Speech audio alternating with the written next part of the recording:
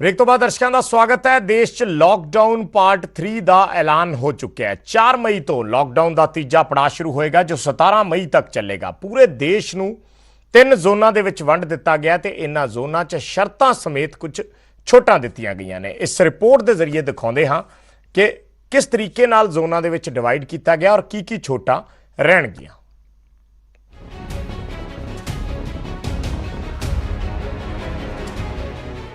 देश 'ਚ कोरोना के मामले रुकण का नाम नहीं ले रहे। इसे गल नूं ध्यान दे विच रखदिआं देश भर दे विच लॉकडाउन नूं 17 मई तक दे लई वधा दिता गया है।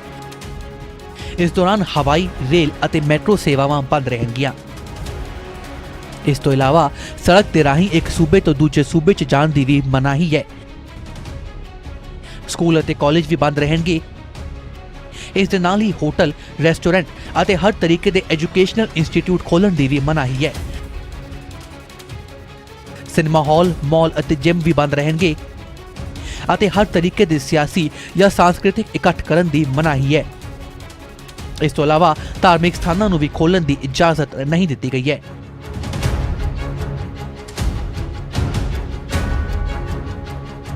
तुहानूं दस दईए कि सेहत मंत्रालय मुताबक देश भर दे विच रैड जोन के तहत 130 जिले ने, ऑरेंज जोन के तहत 284 और ग्रीन जोन के तहत 319 जिलों नूं रखा गया है। हर हफ्ते इन्हां दा आंकलन किया जाएगा और संक्रमण के मामलों को वेखते हुए जोन्स दे विच बदलाव होणगे। तुहानूं दस दईए कि देश भर नूं रैड, ऑरेंज और ग्रीन जोन दे विच वंडिया गया है और हुण ग्रीन जोन दे विच हर तरीके दी आर्थिक गतिविधियां दी खुल दे दी गई है। तुहानूं दस दईए कि हुण ग्रीन जोन दे विच बसां चल सकणगीआं, पर बसां दे विच 50% सवारियां ही बैठ सकणगीआं। इस तो इलावा बस डिपो ते भी 50% लोग ही काम कर सकणगे। इस तो इलावा जरूरी सेवावां और चीज़ां मुहैया करवाने वाले संस्थान खोले जा सकणगे।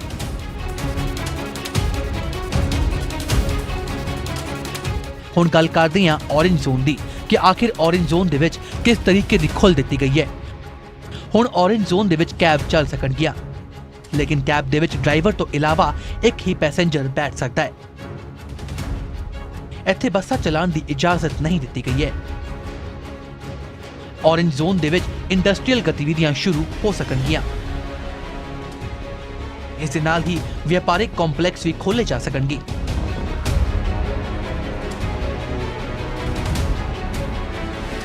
तीन मई तो बाद इन्हां जिलिਆਂ ਦੇ ਵਿੱਚ फैक्ट्रियां, दुकानां, छोटे मोटे व्यापार और होर सेवावां नूं भी शर्तां तो बाद शुरू किया जा सकता है।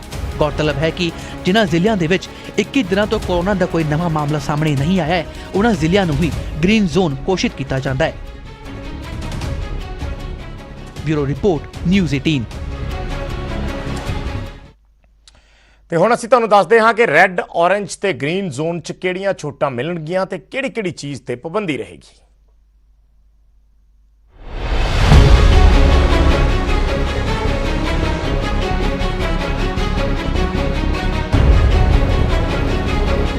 लॉकडाउन नूं 2 हफ्ते ਦੇ ਲਈ ਵਧਾ ਕੇ ਕੇਂਦਰੀ ਗ੍ਰਹਿ ਮੰਤਰਾਲੇ ਨੇ ਸੰਕੇਤ ਦੇ ਦਿੱਤਾ ਹੈ ਕਿ ਖਤਰਾ ਹਾਲੇ ਟਲਿਆ ਨਹੀਂ। ਕੋਰੋਨਾ ਤੋਂ ਹੋਰ ਬਚਾਅ ਦੀ ਲੋੜ ਹੈ। लॉकडाउन ही कोरोना ਨੂੰ ਹਰਾਉਣ ਦਾ ਜ਼ਰੀਆ ਹੈ। ਇਸ ਲਈ 3 ਮਈ ਨੂੰ ਖਤਮ ਹੋ ਰਹੇ लॉकडाउन ਨੂੰ 2 ਹੋਰ ਹਫ਼ਤਿਆਂ ਦੇ ਲਈ ਵਧਾਇਆ ਗਿਆ ਹੈ। ਲੋਕਾਂ ਨੂੰ ਥੋੜੀ ਪਰੇਸ਼ਾਨੀ ਤਾਂ ਹੋਵੇਗੀ, ਪਰ ਜਾਨ ਹੈ ਤਾਂ ਜਹਾਨ ਹੈ। ਹਾਲਾਂਕਿ ਗ੍ਰਹਿ ਮੰਤਰਾਲੇ ਨੇ ਕੁਝ ਰਾਹਤ ਵੀ ਦਿੱਤੀ ਹੈ ਅਤੇ 4 ਜ਼ੋਨ ਬਣਾਏ ਗਏ ਨੇ। ਹੁਣ ਤੁਹਾਨੂੰ ਦੱਸਦੀ ਹਾਂ ਕਿ ਕਿਸ ਜ਼ੋਨ 'ਚ ਕਿੰਨੀ ਰਾਹਤ ਮਿਲੇਗੀ। ਸਭ ਤੋਂ ਪਹਿਲਾਂ ਗੱਲ ਰੈੱਡ ਜ਼ੋਨ ਦੀ। ਰੈੱਡ ਜ਼ੋਨ ਦੇ ਵਿੱਚ ਕੁਝ ਰਾਹਤ ਮਿਲੇਗੀ। 4 व्हीलर च सिर्फ 2 ही शख्स बैठ सकणगे। 2 व्हीलर ते सिर्फ एक ही शख्स सवार हो सकेगा। निजी दफ्तर खुल सकणगे, पर मुलाजमां दी गिनती 33% ही होवेगी, बाकी घरों काम करनगे। डिप्टी सैकटरी तो ऊपर दे सारे अधिकारी दफ्तर जाणगे। इन्हां तो हेठां 33% स्टाफ ही काम करेगा। पेंडू खेतरां जां शॉपिंग मॉल नूं छड्ड के सारियां दुकानां खुलणगीआं।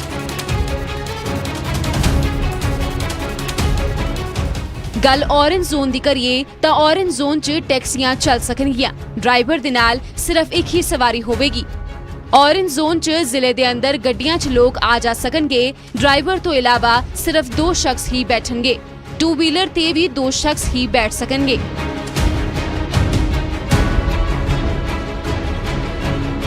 हुण गल ग्रीन जोन बारे।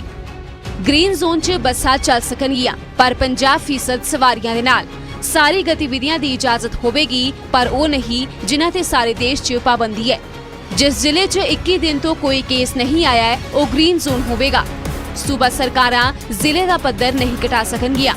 ਸੂਬਾ ਸਰਕਾਰਾਂ ਗ੍ਰੀਨ ਤੋਂ ਵਧਾ ਕੇ ਰੈੱਡ ਜਾਂ ਔਰੇਂਜ ਜ਼ੋਨ ਕਰ ਸਕਦੀਆਂ ਨੇ। ਇੱਕ ਤੋਂ ਜ਼ਿਆਦਾ ਨਗਰ ਨਿਗਮ ਵਾਲੇ ਜ਼ਿਲ੍ਹੇ 2 ਜ਼ੋਨ 'ਚ ਵੰਡੇ ਜਾਣਗੇ। ਜੇ ਨਗਰ ਨਿਗਮ ਦੀ ਸੀਮਾ ਤੋਂ ਬਾਹਰ 21 ਦਿਨ 'ਚ ਕੋਈ ਕੇਸ ਨਹੀਂ ਆਉਂਦਾ ਤਾਂ ਉਸ ਨੂੰ ਇੱਕ ਪੱਧਰ ਹੇਠਾਂ ਮੰਨਿਆ ਜਾਵੇਗਾ। ਮਤਲਬ ਜੇ ਪੂਰਾ ਜ਼ਿਲ੍ਹਾ ਰੈੱਡ ਹੈ ਤਾਂ ਨਗਰ ਨਿਗਮ ਤੋਂ ਬਾਹਰੀ ਇਲਾਕਾ ਔਰੇਂਜ ਮੰਨਿਆ ਜਾਵੇਗਾ।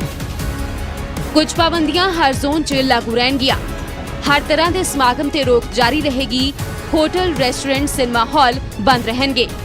ਰੇਲ ਸੇਵਾ, ਮੈਟਰੋ ਅਤੇ ਹਵਾਈ ਉਡਾਨਾਂ ਵੀ ਬੰਦ ਰਹਿਣਗੀਆਂ। ਸਕੂਲ, ਕਾਲਜ ਅਤੇ ਵਿਦਿਅਕ ਅਦਾਰੇ ਬੰਦ ਰਹਿਣਗੇ। OPD ਅਤੇ ਸਰਜਰੀ ਦੀਆਂ ਸਹੂਲਤਾਂ ਪਹਿਲਾਂ ਵਾਂਗ ਹੀ ਜਾਰੀ ਰਹਿਣਗੀਆਂ।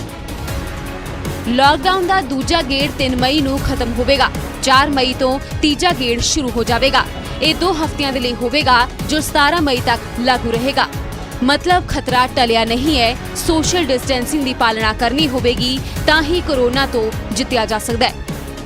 Bureau report, news 18 Punjab. ਤੇ ਲਾਕਡਾਊਨ ਪਾਰਟ 3 ਦੌਰਾਨ ਕੀ ਤੁਸੀਂ ਇੱਕ ਥਾਂ ਤੋਂ ਦੂਜੀ ਥਾਂ ਤੇ ਜਾ ਸਕੋਗੇ ਜਾਂ ਗੱਡੀ ਲੈ ਕੇ ਬਾਹਰ ਨਿਕਲੋਗੇ? ਜੇ ਨਿਕਲੋਗੇ ਤਾਂ ਕੀ ਸ਼ਰਤਾਂ ਤੁਹਾਡੇ ਤੇ ਲਾਗੂ ਹੋਣਗੀਆਂ? ਇਹਨਾਂ ਸਵਾਲਾਂ ਦਾ ਜਵਾਬ ਇਸ ਰਿਪੋਰਟ 'ਚ ਹੈ।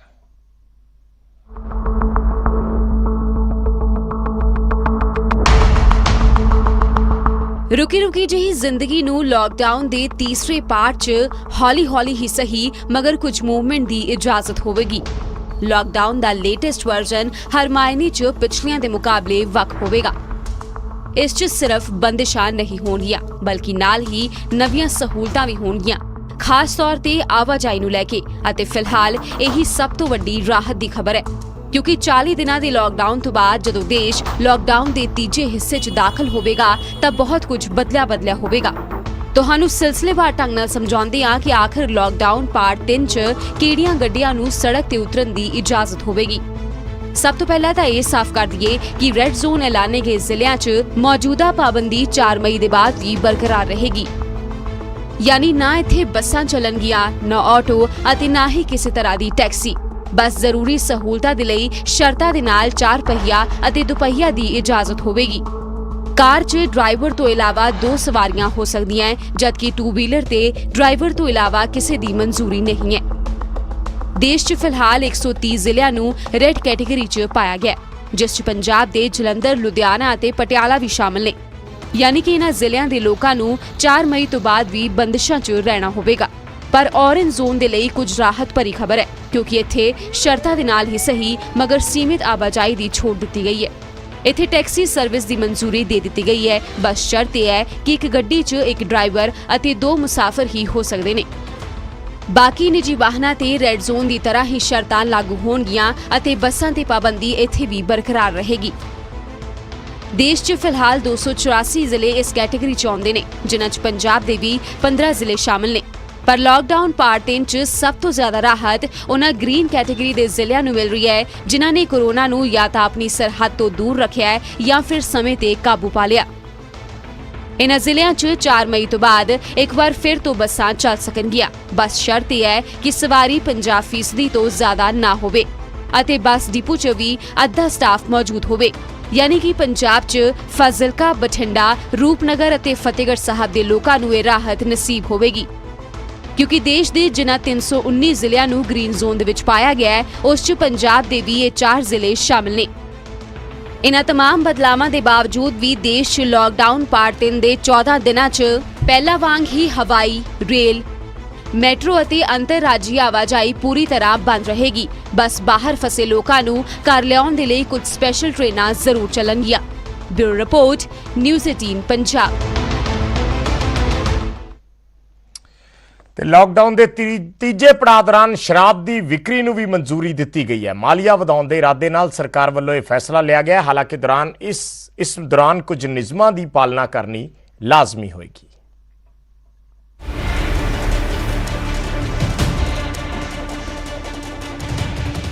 ਲਾਕਡਾਊਨ 3 ਦੇ ਵਿੱਚ ਸਾਰੇ ਜ਼ੋਨ ਦੇ ਵਿੱਚ ਸ਼ਰਾਬ ਦੀ ਵਿਕਰੀ ਦੀ ਇਜਾਜ਼ਤ ਦੇ ਦਿੱਤੀ ਗਈ ਹੈ। ਇਸ ਦੇ ਨਾਲ ਹੀ ਪਾਨ ਮਸਾਲਾ, ਗੁਟਖਾ ਤੇ ਤੰਬਾਕੂ ਨੂੰ ਵੀ ਵੇਚਣ ਦੀ ਇਜਾਜ਼ਤ ਦਿੱਤੀ ਗਈ ਹੈ। ਹਾਲਾਂਕਿ ਸਿਰਫ ਕੰਟੇਨਮੈਂਟ ਜ਼ੋਨ ਦੇ ਵਿੱਚ ਸ਼ਰਾਬ ਦੀ ਵਿਕਰੀ ਤੇ ਪਾਬੰਦੀ ਰਹੇਗੀ।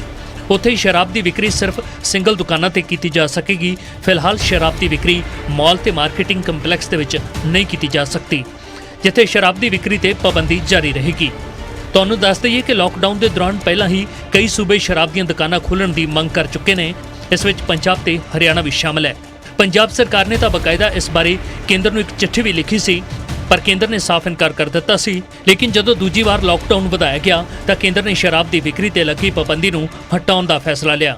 ਹਾਲਾਂਕਿ ਸ਼ਰਾਬ ਦੀ ਵਿਕਰੀ ਦੇ ਲਈ ਸਰਕਾਰ ਦੇ ਵੱਲੋਂ ਕੁਝ ਜ਼ਰੂਰੀ ਸ਼ਰਤਾਂ ਰੱਖੀਆਂ ਗਈਆਂ ਨੇ, ਜੋ ਇਸ ਪ੍ਰਕਾਰ ਨੇ। ਸ਼ਰਾਬ, ਪਾਨ ਮਸਾਲਾ, ਗੁਟਖਾ ਤੇ ਤੰਬਾਕੂ ਦਾ ਜਨਤਕ ਥਾਵਾਂ ਤੇ ਸੇਵਨ ਨਹੀਂ ਕੀਤਾ ਜਾ ਸਕੇਗਾ। ਜਨਤਕ ਥਾਵਾਂ ਤੇ ਇਸ ਦਾ ਸੇਵਨ ਕਰਨ ਤੇ ਰੋਕ ਰਹੇਗੀ। ਇਸ ਦੇ ਨਾਲ ਹੀ ਜੋ ਦੁਕਾਨਾਂ ਸ਼ਰਾਬ, ਪਾਨ ਮਸਾਲੇ ਦੀ ਵਿਕਰੀ ਕਰ ਰਹੀਆਂ ਨੇ, ਉੱਥੇ ਯਕੀਨੀ ਬਣਾਇਆ ਜਾਵੇਗਾ ਕਿ ਲੋਕਾਂ ਦੇ ਵਿਚਾਲੇ 6 ਫੁੱਟ ਦੀ ਦੂਰੀ ਹੋਵੇ, ਸੋਸ਼ਲ ਡਿਸਟੈਂਸਿੰਗ ਦਾ ਪਾਲਣ ਕਰਵਾਇਆ ਜਾਏ। ਇਸ ਦੇ ਨਾਲ ਹੀ ਦੁਕਾਨਾਂ ਨੂੰ ਇਸ ਗੱਲ ਦੇ ਲਈ ਵੀ ਯਕੀਨੀ ਕਰਨਾ ਹੋਵੇਗਾ ਕਿ ਇੱਕ ਵਕਤ ਦੇ ਵਿੱਚ ਦੁਕਾਨ ਦੇ ਵਿੱਚ 5 ਤੋਂ ਜ਼ਿਆਦਾ ਲੋਕ ਨਾ ਹੋਣ। Bureau report, news 18।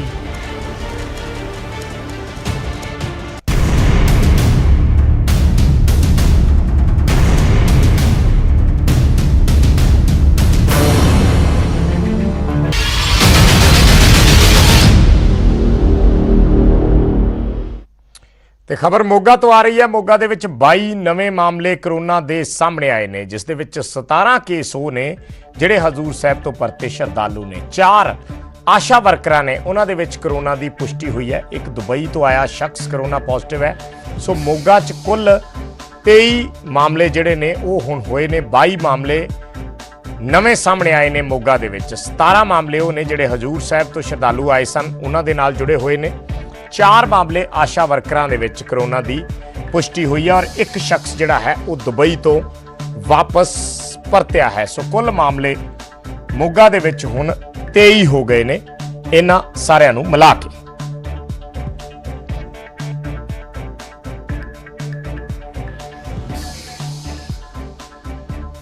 ਸੋ ਲਗਾਤਾਰ ਮਾਮਲਿਆਂ ਦੇ ਵਿੱਚ ਇਜ਼ਾਫਾ ਹੋ ਰਿਹਾ ਹੈ। ਖਾਸ ਤੌਰ ਤੇ ਜਿੰਨੇ ਸ਼ਰਧਾਲੂ ਆਏ ਨੇ ਉਹਨਾਂ ਦੇ ਸਭ ਦੇ ਟੈਸਟ ਕੀਤੇ ਜਾ ਰਹੇ ਨੇ ਔਰ ਟੈਸਟ ਦੇ ਵਿੱਚ ਬਹੁਤਿਆਂ ਦੀ ਰਿਪੋਰਟ ਜਿਹੜੀ ਹੈ ਉਹ ਪੋਜ਼ਿਟਿਵ ਆਈ ਹੈ। ਹਾਲਾਂਕਿ ਪੰਜਾਬ ਸਰਕਾਰ ਕਹਿ ਰਹੀ ਹੈ ਕਿ ਇਸ ਦੇ ਵਿੱਚ ਕੋਈ ਚਿੰਤਾ ਵਾਲੀ ਗੱਲ ਨਹੀਂ, ਕਿਉਂਕਿ ਸਭ ਨੂੰ ਅਲੱਗ ਤੋਂ ਕੁਆਰੰਟਾਈਨ ਕੀਤਾ ਹੋਇਆ ਹੈ ਔਰ ਅਗਰ ਉਹਨਾਂ ਦੇ ਵਿੱਚ ਪੋਜ਼ਿਟਿਵ ਆਉਂਦਾ ਵੀ ਹੈ ਤਾਂ ਉਹਨਾਂ ਨੂੰ ਅਲੱਗ ਰੱਖਿਆ। ਉਸ ਦੇ ਨਾਲ ਕਿਸੇ ਨੂੰ ਕੋਈ ਖਤਰਾ ਨਹੀਂ ਹੈ, ਕਿਸੇ ਨੂੰ ਕੋਈ ਫੈਲਣ ਦਾ ਖਦਸ਼ਾ ਨਹੀਂ ਹੈ, ਪਰ ਉਹਨਾਂ ਦੀ ਸੰਭਾਲ ਜ਼ਰੂਰੀ ਹੈ। ਸਰਕਾਰ ਇਸ ਦੇ ਲਈ ਕੋਸ਼ਿਸ਼ ਕਰ ਰਹੀ ਹੈ ਔਰ ਲਗਾਤਾਰ ਇਜ਼ਾਫਾ ਇਹਨਾਂ ਮਾਮਲਿਆਂ ਦੇ ਵਿੱਚ ਹੁੰਦਾ ਜਾ ਰਿਹਾ। ਦੀਪਕ ਸਿੰਗਲਾ ਮੇਰੇ ਸਹਿਯੋਗੀ ਮੋਗਾ ਤੋਂ ਜੁੜੇ ਨੇ।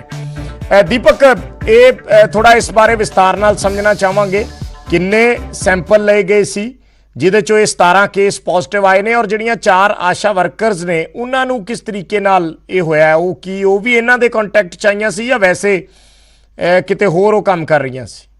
ਜੀ ਪਰ ਅਗਰ ਮੋਗਾ ਦੀ ਗੱਲ ਕੀਤੀ ਜਾਵੇ ਤਾਂ ਮੋਗਾ ਦੇ ਵਿੱਚ 209 ਜਿਹੜੇ ਸ਼ਰਧਾਲੂ ਪਹੁੰਚ ਚੁੱਕੇ ਹੋਏ ਸੀਗੇ। ਉਹਦੇ ਵਿੱਚੋਂ ਪਹਿਲਾਂ ਜਿਹੜੇ ਸੈਂਪਲ ਲਿੱਤੇ ਗਏ ਸੀ 90 ਸੈਂਪਲ ਡਿਪਾਰਟਮੈਂਟ ਨੇ ਲਿੱਤੇ ਸੀਗੇ, ਹੈਲਥ ਡਿਪਾਰਟਮੈਂਟ ਨੇ 90 ਸੈਂਪਲ ਲਿੱਤੇ ਸੀ। ਉਹਨਾਂ ਚੋਂ ਪਹਿਲਾਂ ਇੱਕ ਪੋਜ਼ਿਟਿਵ ਆਇਆ ਸੀ, ਉਸ ਤੋਂ ਬਾਅਦ 49 ਜਿਹੜੇ ਉਹਦੇ ਵਿੱਚੋਂ ਨੈਗੇਟਿਵ ਰਿਪੋਰਟ ਆਈ ਸੀ। ਉਹ ਬਾਕੀ ਜਿਹੜੇ 40 ਦੀ ਰਿਪੋਰਟ ਰਹਿ ਗਈ ਸੀ ਉਹਨਾਂ ਚੋਂ ਰਿਪੋਰਟ ਆਈ ਹੈ।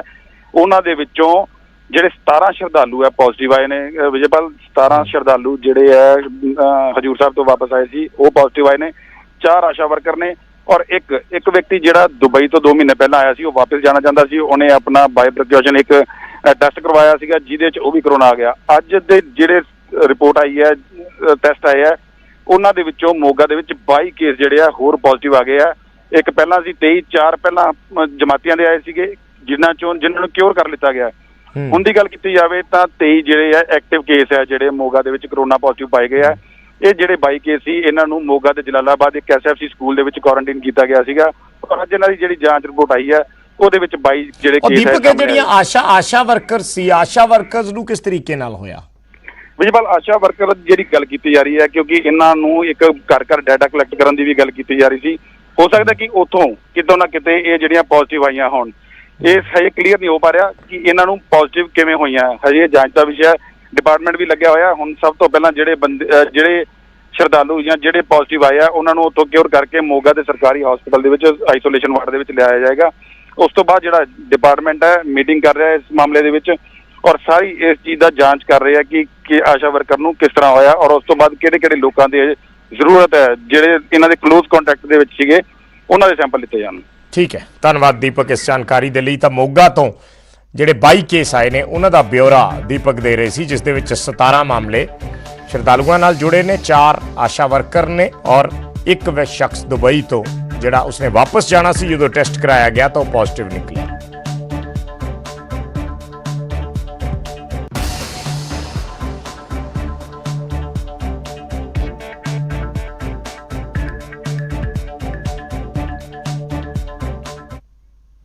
ਤੇ ਖਬਰ ਫਿਰੋਜ਼ਪੁਰ ਤੋਂ। ਫਿਰੋਜ਼ਪੁਰ 'ਚ ਮੈਡੀਕਲ ਟੀਮ ਦੇ 3 ਮੈਂਬਰ ਅਚਾਨਕ ਬੇਹੋਸ਼ ਹੋ ਗਏ। ਦਰਅਸਲ ਇਹ ਜਿਹੜੀ ਟੀਮ ਹੈ ਸ਼ਰਧਾਲੂਆਂ ਦੇ ਸੈਂਪਲ ਲੈਣ ਦੇ ਗਈ ਸੀ ਸੈਂਪਲ ਲੈਣ ਦੇ ਲਈ, ਔਰ ਉਸ ਮੌਕੇ ਤੇ ਇਹ 3 ਮੈਂਬਰ ਇਸ ਟੀਮ ਦੇ ਅਚਾਨਕ ਬੇਹੋਸ਼ ਹੋ ਗਏ। ਪਿੰਡ ਲੱਲੇ ਦੇ ਵਿੱਚ ਇਹ ਸੈਂਪਲ ਕਲੈਕਟ ਕੀਤੇ ਜਾ ਰਹੇ ਸੀ। 120 ਸ਼ਰਧਾਲੂ ਉੱਥੇ ਕੁਆਰੰਟਾਈਨ ਕੀਤੇ ਗਏ ਨੇ, ਉਹਨਾਂ ਦੇ ਸੈਂਪਲ ਕਲੈਕਟ ਕੀਤੇ ਜਾ ਰਹੇ ਸੀ। ਸੋ ਸਿਰਫ 60 ਸ਼ਰਧਾਲੂਆਂ ਦੇ ਸੈਂਪਲ ਲੈ ਕੇ ਇਹ ਟੀਮ ਵਾਪਸ ਪਰਤ ਗਈ। 120 ਸ਼ਰਧਾਲੂਆਂ ਦੇ ਸੈਂਪਲ ਲਏ ਜਾਣੇ ਸਨ ਕਿ ਅਚਾਨਕ ਇਸ ਟੀਮ ਦੇ 3 ਮੈਂਬਰ ਜਿਹੜੇ ਸਨ ਉਹ ਬੇਹੋਸ਼ ਹੋ ਗਏ ਫਿਰੋਜ਼ਪੁਰ ਦੇ ਪਿੰਡ ਲੱਲੇ ਦੇ ਵਿੱਚ। ਉੱਥੋਂ ਦੀ ਅਸੀਂ ਤਸਵੀਰਾਂ ਵੀ ਦਿਖਾ ਰਹੇ ਹਾਂ। ਜਿਹੜੀ ਸਿਹਤ ਵਿਭਾਗ ਦੀ ਟੀਮ ਹੈ ਉਹ ਗਈ ਸੀ ਸੈਂਪਲ ਕਲੈਕਟ ਕਰਨ ਦੇ ਲਈ, ਕਿਉਂਕਿ ਜਿੱਥੇ ਵੀ ਸ਼ਰਧਾਲੂਆਂ ਨੂੰ ਕੁਆਰੰਟਾਈਨ ਕੀਤਾ ਜਾ ਰਿਹਾ ਉਹਨਾਂ ਸਭ ਦੇ ਸੈਂਪਲ ਲੈ ਕੇ ਔਰ ਉਹਨਾਂ ਸਭ ਦੇ ਟੈਸਟ ਕੀਤੇ ਜਾ ਰਹੇ ਨੇ। ਔਰ ਇੱਥੇ ਵੀ ਜਦੋਂ ਟੀਮ ਸੈਂਪਲ ਕਲੈਕਟ ਕਰ ਰਹੀ ਸੀ ਤਾਂ ਅਚਾਨਕ ਇਹ 3 ਮੈਂਬਰ ਇਸ ਟੀਮ ਦੇ ਬੇਹੋਸ਼ ਹੋ ਗਏ, ਜਿਸ ਤੋਂ ਬਾਅਦ ਟੀਮ ਨੂੰ ਅੱਧੇ ਸੈਂਪਲ ਲੈ ਕੇ ਹੀ ਵਾਪਸ ਪਰਤਣਾ ਪਿਆ।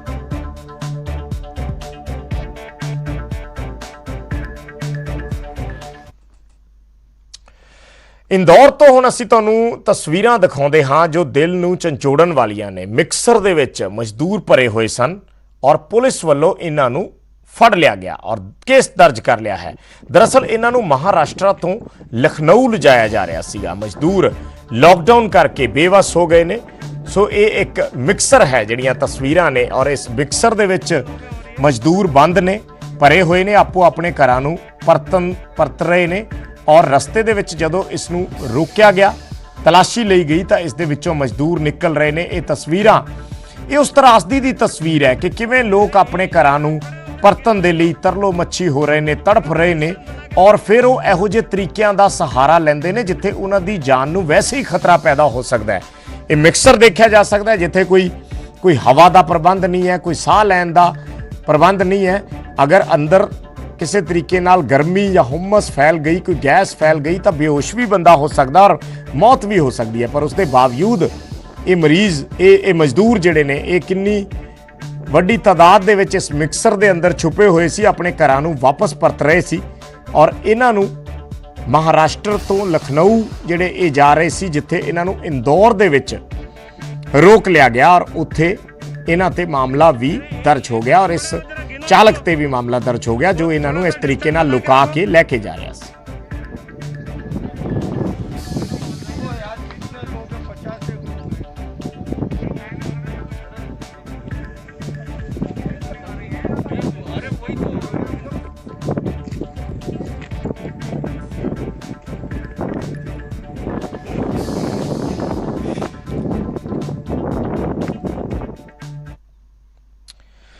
ਤਾਂ ਲਾਕਡਾਊਨ 'ਚ ਸਭ ਤੋਂ ਜ਼ਿਆਦਾ ਪਰੇਸ਼ਾਨ ਗਰੀਬ ਵਰਗ ਹੈ। ਸਰਕਾਰ ਵੀ ਗਰੀਬਾਂ ਦੇ ਲਈ तमाम ਕੋਸ਼ਿਸ਼ਾਂ ਕਰ ਰਹੀ ਹੈ ਤੇ ਉੱਥੇ ਹੀ ਕੁਝ ਲੋਕ ਅਜਿਹੇ ਨੇ ਜੋ ਗਰੀਬਾਂ ਤੱਕ ਖਾਣਾ ਪਹੁੰਚਾਉਣ ਦੇ ਲਈ ਰੋਜ਼ ਕਿਸ਼ਤੀ 'ਚ ਬੈਠ ਕੇ ਯਮਨਾ ਪਾਰ ਕਰਕੇ ਕਰੀਬ 80 ਪਰਿਵਾਰਾਂ ਤੱਕ ਖਾਣਾ ਪਹੁੰਚਾ ਰਹੇ ਨੇ। ਇਸ ਰਿਪੋਰਟ ਦੇ ਜ਼ਰੀਏ ਦਿਖਾਉਂਦੇ ਹਾਂ।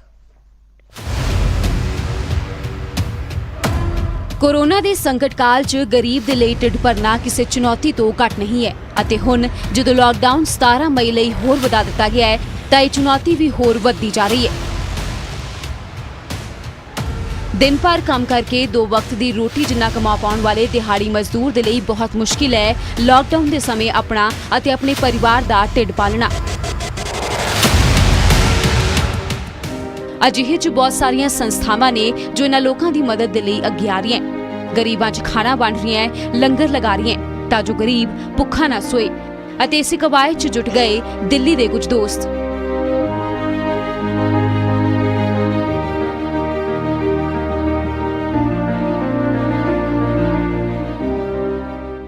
कोरोना महामारी के चलते कई लोगों को खाने की ज़रूरत है और ऐसे में कोरोना महामारी ने हमें जिस तरीके से धैर्य सिखाया, संयम सिखाया, सोशल डिस्टेंसिंग का पालन करना सिखाया और इसके साथ एक चीज़ सिखाई कि दूसरों की मदद करना, क्योंकि इस वक्त ऐसे कई सारे ज़रूरतमंद लोग हैं जिन तक खाना नहीं पहुंच पा रहा या जिनकी मजबूरी है, जो अपने घरों से दूर हैं, रुपया पैसा ख़त्म हो चुका है। ऐसे में जो लोग सहयोग कर रहे हैं, जो लोग मदद कर रहे हैं, आज हम पहुंचे हैं एक ऐसे ग्रुप के पास जो 3 दोस्तों का ग्रुप है। इस 3 दोस्तों के इस ग्रुप ने लोगों तक खाना तो पहुंचाया ही, इसके साथ ही यमुना खादर के एक टापू में जहां करीबन 80 परिवार रहते हैं, वहां प्रतिदिन यहां से खाना पहुंचाया जाता है और सिर्फ पूरी सब्जी रोटी ही नहीं बल्कि जायकेदार खाना यहाँ से पहुँचाया जाता है। अलग अलग मेन्यू होता है। अगर आज के मेन्यू की बात करें तो आप देख सकते हैं कि यहाँ पर पुलाव बनाया जा रहा है, मटर पुलाव यहाँ से भेजा जा रहा है, पैक किया जा रहा है, क्योंकि मटर पुलाव खाना सबको पसंद होता है। इसके साथ जो बच्चे हैं, बच्चों के लिए भी पसंद वाली जो चीज़ें हैं, चिप्स हैं, ओट्स हैं, वो भी यहाँ से पहुँचाए जा रहे हैं। आप देख सकते हैं कि यहाँ पर जो चिप्स के पैकेट भी रखे हुए हैं ताकि बच्चे जो लॉकडाउन में अपने घरों में बंद हैं वो इतना बोर हो गए हैं, तो उन लोगों तक ये चीज़ें मुहैया कराई जा रही हैं। वीरेंद्र जी, ये बताइए कि ये हेल्प का जो काम आप लोग कर रहे हैं ज़रूरतमंद लोगों के लिए, ये कब से शुरू हुआ था? देखिए, 25 को जब लॉकडाउन की घोषणा हुई तो उसी समय हमें लगा कि संकट गंभीर है। तो हमारे मेंटर हैं डॉक्टर विनय सहस्त्रबुद्धे, उन्होंने हमसे कहा कि हमें कुछ करना चाहिए। तो हम 3 मित्र हैं, मेरे साथ राजीव कोहली और विजेंद्र धामा हैं। हम तीनों ने मिलके सोचा कि हम फीड द नीडी के तहत भूखे लोगों को खाना खिलाएंगे। तो शुरू में हमने सोचा कि हम इसको 5-7 दिन करेंगे। तो 5-7 दिन के बाद जब हमें लगा कि ज़रूरत ज़्यादा है तो हमने इसको तब से कंटिन्यू किया और हमारा ये प्रयास है कि जब तक हम इसको चला पाएंगे हम लोगों की ये आवश्यकता पूरी करेंगे।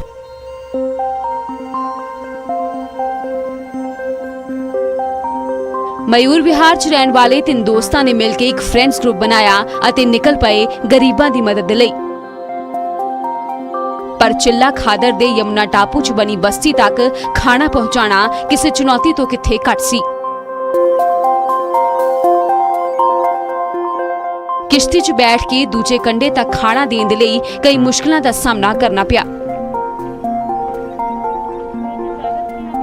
कोविड-19 के मुश्किल समय में लॉकडाउन पूरे देश भर में जारी है और इस लॉकडाउन ने हमें कई सारी चीज़ें सिखाई। धैर्य और संयम बरतना सिखाया, लोगों की मदद करने सिखाया। एक फ्रेंड्स ग्रुप किस तरीके से लोगों की मदद कर रहा है ये हमने आपको दिखाया कि खाना कैसे तैयार हो रहा है, कैसे पैक हो रहा है। लेकिन अब हम इस नाव के जरिए आपको दिखाएंगे कि वो खाना बनकर पैक होकर कहाँ जाता है, किन इलाकों में जाता है। यमुना खादर के इलाके की बात हमने की थी, तो यहाँ पर करीबन 80 परिवार ऐसे हैं जो टापू पर रहते हैं और उन तक आने की और जाने की सिर्फ एक ही सुविधा है, वो भी है नाव के जरिए। यानी कि यहाँ पर आने जाने का कोई और रास्ता नहीं है। सड़क रास्ते से हम लोग यहाँ पर पहुँचे और अब नाव के जरिए हम उस टापू पर जा रहे हैं जहाँ पर ज़रूरतमंद लोगों तक खाना पहुँचाया जाता है। हमारे साथ जो फ्रेंड्स ग्रुप के सदस्य हैं वो भी हैं और ये फ्रेंड्स ग्रुप सेवा भारती के साथ मिलकर ज़रूरतमंद लोगों तक खाना पहुँचाने का काम कर रहा है। आप देखेंगे कि पैक डिब्बे जो कि हमने आपको पहले भी दिखाए थे, वो पैक डिब्बे यहाँ पर रखे हुए हैं। अब हम टापू पर जा रहे हैं धीरे धीरे इस नाव के जरिए, क्योंकि सबसे बड़ी चुनौती ये है कि मुश्किल रास्ते को पार कर कर टापू पर पहुँचना और ज़रूरतमंद लोगों तक खाना पहुँचाना। सर, ये बताइए कि खाना वहाँ बन रहा था, वहाँ तो आसानी से बन गया, लेकिन चुनौती सबसे बड़ी है कि उन ज़रूरतमंद लोगों तक ये खाना पहुँचाने के लिए नाव के जरिए एक लंबा सफ़र तय करना। हाँ, बिल्कुल चुनौती वाली बात तो है। हम लोग वहाँ पर मयूर विहार अपना सेवा रसोई में खाना बना के तैयार करते हैं। लगभग उसके बाद 12 बजे के लगभग हम लोग खाने को इस नाव के द्वारा उस टापू पर लेके जा रहे हैं खाना, जहाँ लोग लगभग 12 बजे हमारा इंतजार कर रहे होते हैं कि खाना वहाँ पहुँचेगा। और लगभग हम 25 तारीख से लगातार रोजाना भोजन की व्यवस्था हम करा रहे हैं। ਇਹਨਾਂ ਦੋਸਤਾਂ ਦੀ ਕੋਸ਼ਿਸ਼ ਇਹ ਵੀ ਹੁੰਦੀ ਹੈ ਕਿ ਹਰ ਰੋਜ਼ ਵੱਖਰਾ ਮੈਨੂ ਹੋਵੇ ਤਾਂ ਜੋ ਰੋਜ਼ ਇੱਕੋ ਜਿਹਾ ਖਾਣਾ ਖਾ ਕੇ ਲੋਕ ਬੋਰ ਨਾ ਹੋ ਜਾਣ।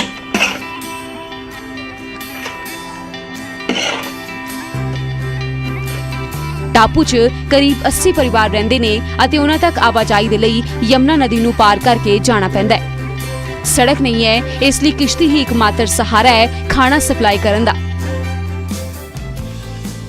तो फ्रेंड्स ग्रुप का खाना मदनपुर खादर के उस टापू पर पहुंच चुका है जहां पर 80 परिवार करीबन 80 परिवार रहते हैं और आप देख रहे हैं कि यहाँ पर लंबी जो लाइन लगी हुई है, सोशल डिस्टेंसिंग का ध्यान रखा जा रहा है और ये खाना अब उन लोगों को दिया जा रहा है जो लंबे समय से इंतजार कर रहे थे खाने का। अच्छा शिखा, यहाँ डेली मिलता है खाना अच्छे जी, से? हमारे यहाँ प्रतिदिन भोजन आती है। तो लॉकडाउन चल रहा है, आना जाना तो नहीं हो पा रहा होगा, लोग नहीं आ पा रहेंगे तो खाना वाना सब मिल पा रहा है? जी, हमारे यहाँ जब से लॉकडाउन हुए हैं जब से भोजन मिलते हैं प्रतिदिन, और सेवा भारती द्वारा 8 दिन का राशन में मिलते हैं, सूखा राशन।